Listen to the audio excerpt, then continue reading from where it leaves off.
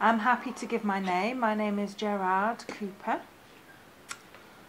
2 months ago I went to, well, the interpreting service rang my GP because I needed to see a GP for a personal issue, and I said that I needed an interpreter. The doctor said no. He said wait 5 minutes. Oh, I asked for, he said actually that the appointment, rather than it being 5 minutes, needs to be 10 minutes. So the interpreter said they would sort it out. The next day I got a text message to say that there were two separate dates available, and gave me the interpreting service number and said that I had to pay for the interpreter. So I rang the doctors and said actually it's your responsibility. The doctor said no, it isn't. So I rang PALS and they were very shocked by what was said. So they said they would ring the GP on my behalf. The doctor still said, no, we won't be booking an interpreter. The PAL service then contacted the CCG, the Clinical Commissioning Group, and they still said no. So then it's gone up to the NHS. The NHS has said no. So I've now received a letter and I'm going to make a formal complaint. So I have typed my complaint and I'm sending it to my MP in the area in which I live. And the MP has emailed the Leeds North Clinical Group and has had no reply. So in 2 months there's been this discussion going on, and I feel that actually we're back to square one. Things aren't improving, things are actually regressing and getting worse. So I just wanted to let you know that at the moment the GP is refusing to pay for an interpreter, doesn't matter what level you take it to. Right.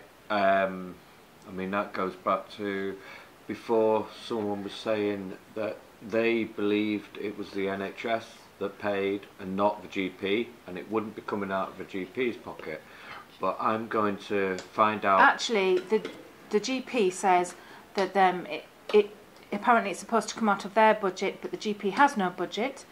The CCG then has been told it's their responsibility, but then they're saying they have no budget. So then it's gone to the NHS, and the NHS saying they have no budget, it's the GP's responsibility, so it's going round in a circle. Can you tell us which GP and which area you live? If you don't want to, you don't have to. The surgery is on Silver Lane in Yeadon. I don't know the name of the GP because there are 4 different doctors practicing there. Yeah. And I have spoken to the surgery manager and they're adamant they will not pay for or provide an interpreter. They've said in the past, I used to bring an interpreter because I had an interpreter with me through work. So I bobbed to the doctors out of work time, sort of in break time, and the interpreter came with me. So the doctors had a free interpreter for a long time, and now I don't have that anymore. I'm saying you need to be providing it for me, and they've said, well, we haven't done it in the past and we're going to continue not to. Right. Have you spoken to Advanet?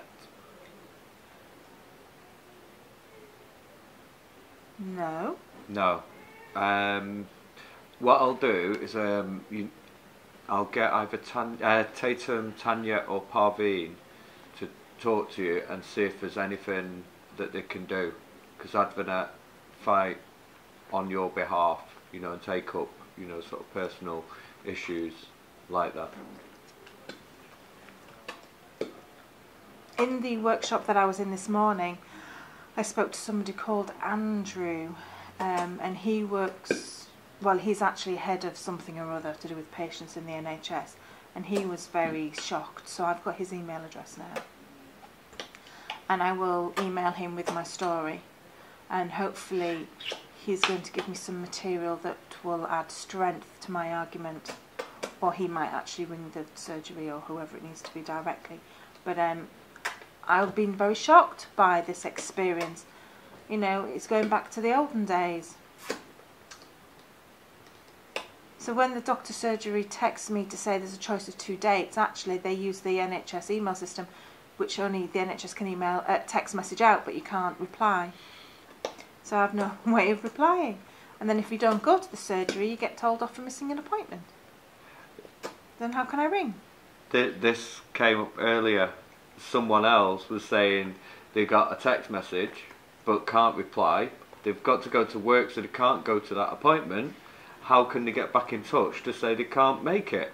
It's just one simple change to the system, you know, of being able to reply, or them having an internal phone that you could have the number for to text to, you know. I work in the area of mental health, and I work in the area of depression, anxiety, and people don't see that. They think that a small thing like not being able to reply is nothing, it doesn't matter, it's insignificant. But for a deaf person, it's a big thing, you know, because hearing people have power. They're in the majority. We're in a country where hearing people are the majority and you're listened to. But as a deaf person, you're in the minority and you're not listened to. And I think for any deaf patient who has a complaint, we need not to be making complaints to people at ground level. We actually need to be going to the top dogs now, because enough's enough.